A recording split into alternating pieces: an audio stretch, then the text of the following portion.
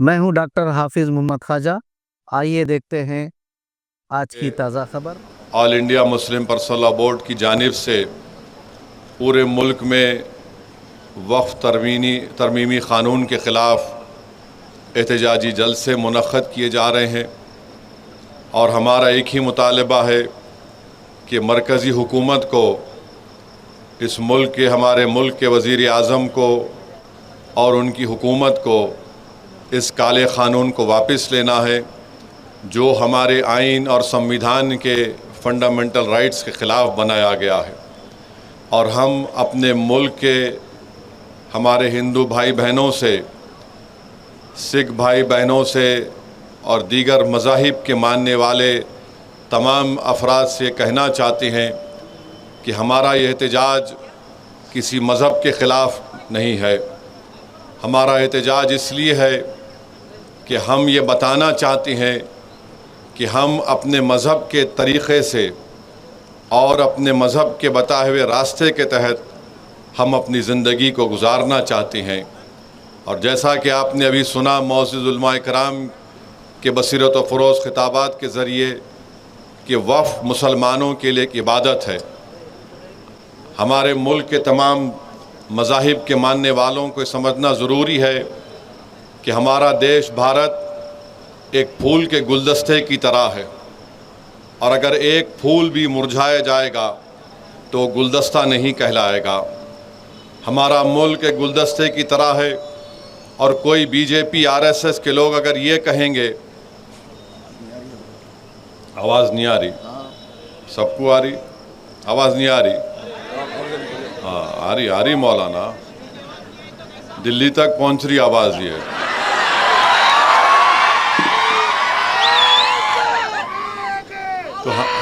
तो सुनो, BJP RSS ये कहना चाहती है कि गुलाब का फूल है तो आरएसएस और मोदी बोल रहे नहीं, गुलाब की खुशबू नहीं निकालना, तुम चमेली की खुशबू निकालना। चमेली का फूल है तो आरएसएस बोल रही कि नहीं, तुम चमेली नहीं, तुम गुलाब की तरह बन जाओ। ये तो नहीं हो सकता है ना। ये मुल्क एक गुलदस्ता है, यहाँ पर जितने फूल हैं अगर वो अच्छे रहेंगे तो मुल्क विकसित भारत बनेगा। अगर आप उस गुलदस्ते से एक फूल को निकाल देंगे या उस फूल को सूखने देंगे तो वो गुलदस्ता नहीं रहेगा। भारत एक चमन है और हमेशा रहेगा इंशाअल्लाह ताला।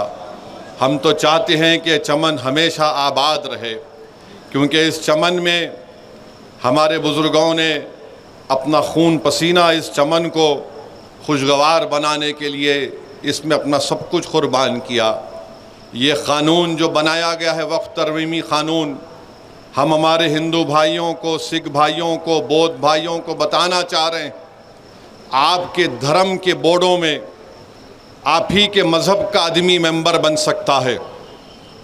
तेलंगाना के एंडोमेंट बोर्ड में सिर्फ हिंदू धर्म के लोग ही मेंबर बन सकते हैं। सिख गुरुद्वारा प्रबंधक कमेटी में सिर्फ सिख ही लोग मेंबर बन सकते हैं।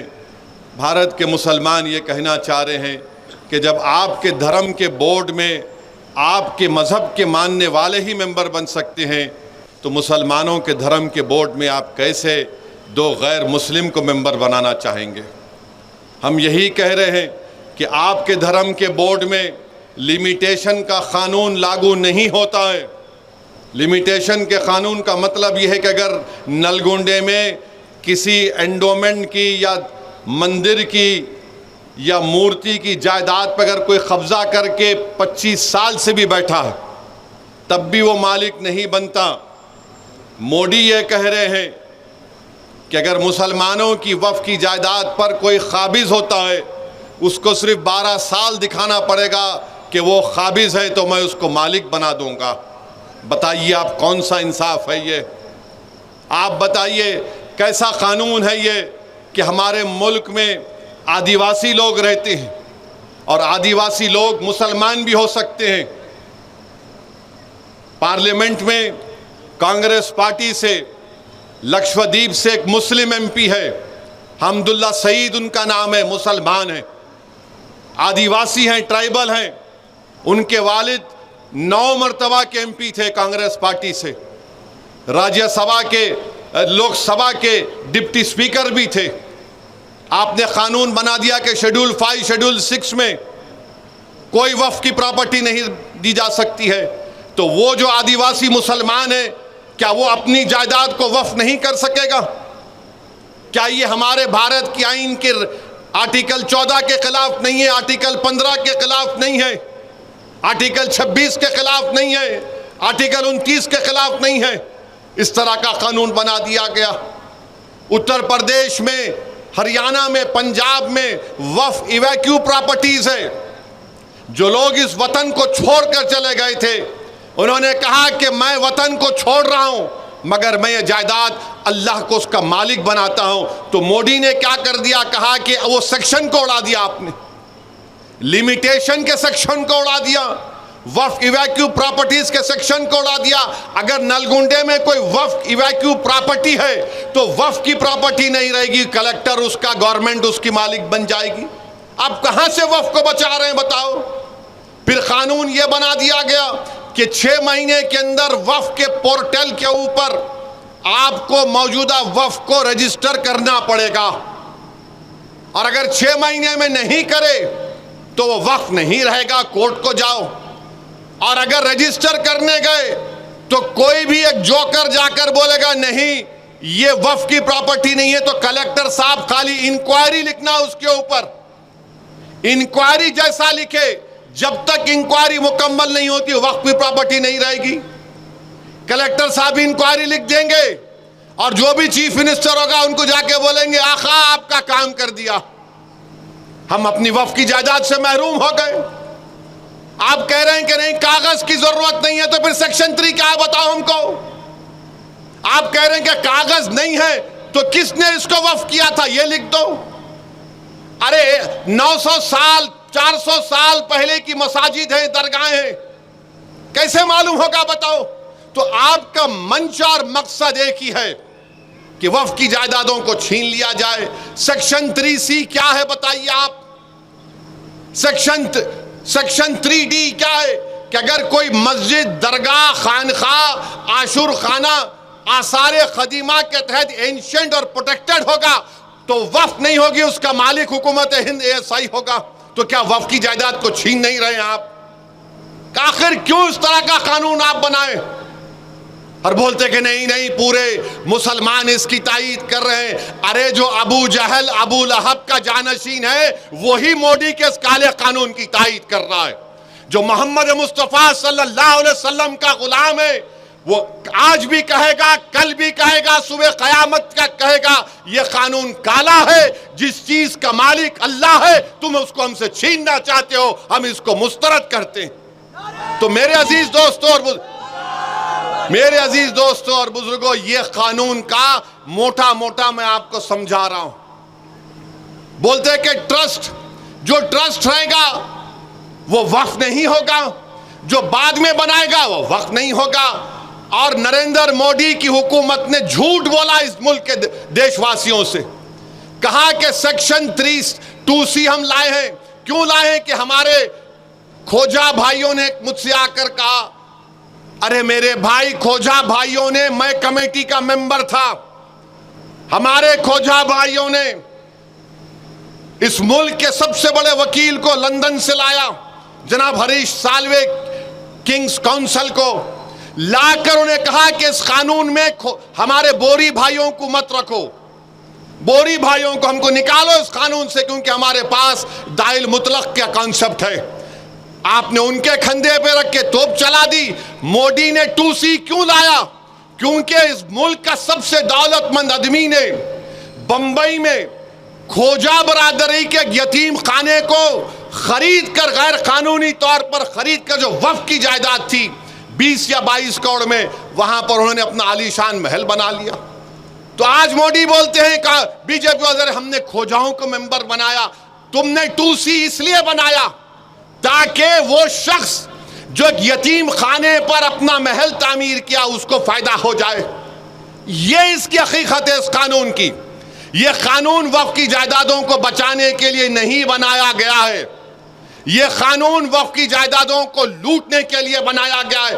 पूरे रूल मेकिंग पावर्स, इस कानून के रूल मेकिंग पावर्स हुकूमत हिंद बनाएगी। तो क्या करेगी रियासती हुकूमत? अचार डाल के बैठेगी?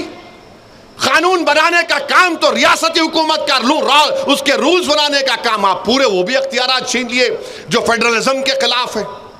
मोदी बोलते हैं कि मैं मुस्लिम बहनों का, बेटियों का भाई हूं। कहां के भाई हैं आप? वक्फ का औलाद है। अगर कोई नलगुंडे में यह डिसाइड करता है, फैसला करता है कि मैं अब जिंदगी के आखिरी मरहले में आ गया हूं, मैं अपनी पूरी जायदाद को वक्फ का औलाद करता हूं, इसका मालिक अल्लाह होगा और इस जायदाद से जो फायदा होगा मेरी औलाद को उससे फायदा होगा, तो मोदी फजीलतुल शेख हैं, हजरत मौलाना है। माने पूरे दुनिया के उलेमा एक तरफ, मोदी का इल्म एक तरफ। यकीनन हजरत इबलीस खुश हो रहे होंगे तुमको देखकर। क्या कह रहे हैं कि नहीं आप वक्फ औलाद कर सकते मगर बच्चों का हक नहीं मारना। अरे तुम होते कौन हो? मेरी जायदाद है, मेरी जायदाद है, मैं अल्लाह को उसका मालिक बना रहा हूं। तो कहां बेटी, कहां भाई, कहां बाप, कहां मां? मैं इन सब के ऊपर अपने रब को मानने वाला हूं। मैंने कहा कि रब को मालिक बनाता हूं। तो मोदी बोल रहे नहीं, बेटी का हिस्सा नहीं मारना। अच्छा, वो जो बच्ची जब आप चीफ मिनिस्टर थे, जिसका गैंग रेप उसके पड़ोसियों ने मिलकर किया था, उस बच्ची का जिसका नाम बिल्किस बानो है, आपकी हुकूमत ने, आपके होम मिनिस्टर ने, देश के होम मिनिस्टर ने उस बच्ची की अस्मत रेजी करने वालों को, उस बच्ची के सामने उसकी 6 महीने की बच्ची को जान से मारने वालों को आपने छोड़ दिया। सुप्रीम कोर्ट ने उस पर रोक लगाई। क्या मोदी और बीजेपी के लोग बिल्किस बानो की आंख में आंख डाल के बात कर सकते हैं? नहीं कर सकते आप। अरे ये हमारी जायदाद है। आइन, हमारे आइन में आर्टिकल 300 क्या है जो हमको अख्तियार देता है हम किसको भी दें। हमारे हिंदू भाई जानते हैं, अगर हमारे हिंदू भाइयों के पास सेल्फ एक्वायर्ड प्रॉपर्टी होगी तो वो अपनी किसी भी, अगर 2 औलाद है तो एक को पूरी जायदाद दे सकते हैं, या उनको भी नहीं दे के मोहल्ले में किसी को दे सकते हैं विल पावर के जरिए। तो विल पावर आपके पास और हम अपनी जायदाद को अल्लाह को मालिक नहीं बना सकते। यह कानून मोदी हुकूमत ने बनाया है तो वक्फ को बर्बाद करने के लिए बनाया है। तो आपको और हमको इत्तेहाद को अपने मजबूत रखना है, मुत्तहिद रहना है। All India Muslim personal law board जो भी प्रोग्राम देगा हम उस पर अमल करें और इंशाअल्लाह ताला हमारा एहतजाज जारी रहेगा। कानून को वापस लेना पड़ेगा, हम एहतजाज को खत्म नहीं करने वाले हैं इंशाअल्लाह ताला। हम अपने वजूद को मिटने नहीं देंगे। बताइए आप क्या बाकी रहेगा अगर मस्जिदें चली जाएगी, दरगाहें चली जाएंगी, खानकाहें वीरान हो जाएंगे तो क्या बचेगा? आप कलेक्टर को इतना अख्तियार दे रहे हैं। वक्फ बोर्ड तो इस कानून के तहत एक पोस्ट ऑफिस बन चुका है। अगर आज आप कोई प्रॉपर्टी देना चाह रहे तो कलेक्टर फैसला करेगा कि आप मालिक है या नहीं। बताइए फिर क्या रहेगा? इसीलिए मेरे अजीज दोस्तों और बुजुर्गों, ये काला कानून है, इसके खिलाफ एहतजाज करना है। और फिर आप जानते हैं कि बीजेपी की सरकार उत्तराखंड में यूनिफॉर्म सिविल कोड का एक बिल लाए हैं, कानून बना दिए वहां पे। अच्छा, ये कैसा कानून है? आप कानून उत्तराखंड में क्या लेकर आए? उसमें आपने एक एक्सेप्शन दे दिया। क्या एक्सेप्शन दिया आपने? कि हिंदू अनडिवाइडेड फैमिली पर यह कानून लागू नहीं होगा, आदिवासियों पर यह कानून लागू नहीं होगा। क्यों नहीं होगा भाई? कैसे नहीं होगा बताओ? हिंदू अनडिवाइडेड फैमिली पे कानून लागू नहीं होगा? अरे क्या कोई हिंदू अपनी शादी मुसलमानों के तरीके से कर सकता है? नहीं कर सकता। क्या एक मुसलमान हमारे को हिंदू भाई बहनों के तरीके से शादी कर सकता है? नहीं कर सकता है। आपका कानून के तहत आप अपनी जिंदगी और अपनी शादी और अपनी मौत के तरीकों को अपनाएंगे, अपनी जायदाद के बंटवारे को तरीका अपनाएंगे। मैं अपने तरीके से मुसलमान हूं, मगर मोदी बोलते नहीं। फिर आप एक्सेप्शन देते हैं उसमें कि हिंदू अनडिवाइडेड फैमिली पर उत्तराखंड में आप बताइए, अगर मैं तलाक देना चाह रहा हूं तो मैं अपने तरीके से दूंगा। मोदी बोल रहे नहीं, तलाक इस तरीके से देना जैसा मैं बता रहा हूं। अरे भाई ये तो बताओ भाभी कहां है फिर? मैं उनको नहीं बोल रहा हूं, मैं बोल रहा हूं आपको। मैं आज तकरीर के आखिर में बोलूंगा भाभी का मतलब क्या, अभी नहीं। मौलाना बैठे हुए हैं। उत्तराखंड का यूसीसी दफा 25 की खिलाफ वर्जी करता है। क्या कोई हमारी शादी हमारे मजहब से अलग है क्या, बताओ आप? अच्छा, कोई मजहब के मुताबिक नहीं करना चाह रहा, जाओ, स्पेशल मैरिज एक्ट है, स्पेशल मैरिज एक्ट है। जायदाद आप इस्लामी तरीके से नहीं देना चाह रहे, इंडियन सक्सेशन एक्ट है, जाओ। एडॉप्शन करना चाह रहे, आप जाओ, एडॉप्शन एक्ट है, ये सेकुलर एक्ट है, उसको इस्तेमाल करो ना। यूसीसी तो इस मुल्क में 3 कानून है, मगर नहीं, आप उसको चेंज करना चाहते हैं। तो उत्तराखंड का यूसीसी आर्टिकल 25 के खुली खिलाफ वर्जी करता है। अच्छा, आर्टिकल 25 क्या बोलता है? हर एक को जमीर की आजादी है, जमीर की आजादी। कोई बोलेगा कि नहीं, मैं शादी नहीं करके, हम बालिग हैं, हम औरत और मर्द हैं, हमारा जमीर हमको कहता है हम शादी नहीं करेंगे, कानून इजाजत देता है। मेरा जमीर यह बोलता है कि तुम किसी गैर महरम को हाथ भी नहीं लगा सकते जब तक तुम निकाह नहीं करते, ये हमारा जमीर है। तब जमीर का एक हो सकता है किसी का, बताइए आप? नहीं हो सकता है। तो ये उन्होंने ये कर दिया। आर्टिकल 14 का वायलेशन है कि सिर्फ अनडिवाइडेड हिंदू फैमिली पर और आदिवासियों पर लागू नहीं होगा। तो मेरे अजीज दोस्तों और बुजुर्गों, इसी उत्तराखंड में 170 मदरसों को सील कर दिया गया। क्यों सील किया गया? कि उनके पास रजिस्ट्रेशन नहीं है। और आपको जानकर तकलीफ होगी कि मदरसों को एस्टैब्लिश करना आइन के दफा 30 के तहत right to establish and administer की बात करता है। फिर उत्तर प्रदेश में 350 मजहबी मुकामात को, जिसमें मदरसे हैं, मस्जिदें हैं, मज़ार, ईदगाहें, उनकी निशानदेही कर दी गई और सीलिंग कर दिया गया या फिर उसको डेमोलिशन कर दिया जाएगा। मई 10 और 11 को 104 मदरसों को, एक मस्जिद को, ईदगाहों को ये कहे कर तोड़ दिया गया कि ये पब्लिक और किसी की जाती ज़मीन पर श्रावस्ती में बनाई गई है। तो मेरे अजीज़ दोस्तों और बुजुर्गों, ये हालात हैं। और फिर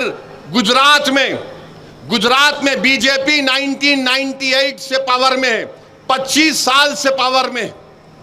अहमदाबाद में, दानी लिमडा में, चंदोला, एक वहां पर एक तालाब है, 30-40 साल से गरीब लोग रहते हैं, मुसलमान और हिंदू मिलकर। आपको जानकर तकलीफ होगी कि 4000 से लेकर 8000 झोपड़ियों और घरों को तोड़ दिया गया। 4000 से 8000 झोपड़ी और घरों को तोड़ दिया गया। और क्या कहा गया कि यहां पर से बांग्लादेशी निकले हैं। अरे भाई, 25 साल से आप हुकूमत कर रहे हैं, आपने 1900-2000 लोगों को वहां से पुलिस ने उठाया, 90% लोगों को आपने छोड़ दिया कि भारत के नागरिक है। मगर आपने 4000, मीडिया के रिपोर्ट्स है, 4000 से लेकर 8000 के दरमियान झोपड़ी और घरों को तोड़ दिया। बताइए कहां जाएंगे ये गरीब? इस देश में गरीबों का क्या होगा? क्या गरीब अगर मुसलमान है, हिंदू है, दलित है, बैकवर्ड क्लास है, आज वो दलित रोड पर है? बांग्लादेशी क्या करना है? अच्छा, अगर बांग्लादेशी है तो फॉरेनर्स ट्राइब्यूनल क्यों है? 25 साल से आप हुकूमत में है। मैं पढ़ कर तकलीफ होती है कि उन पर क्या गुजर रही होगी।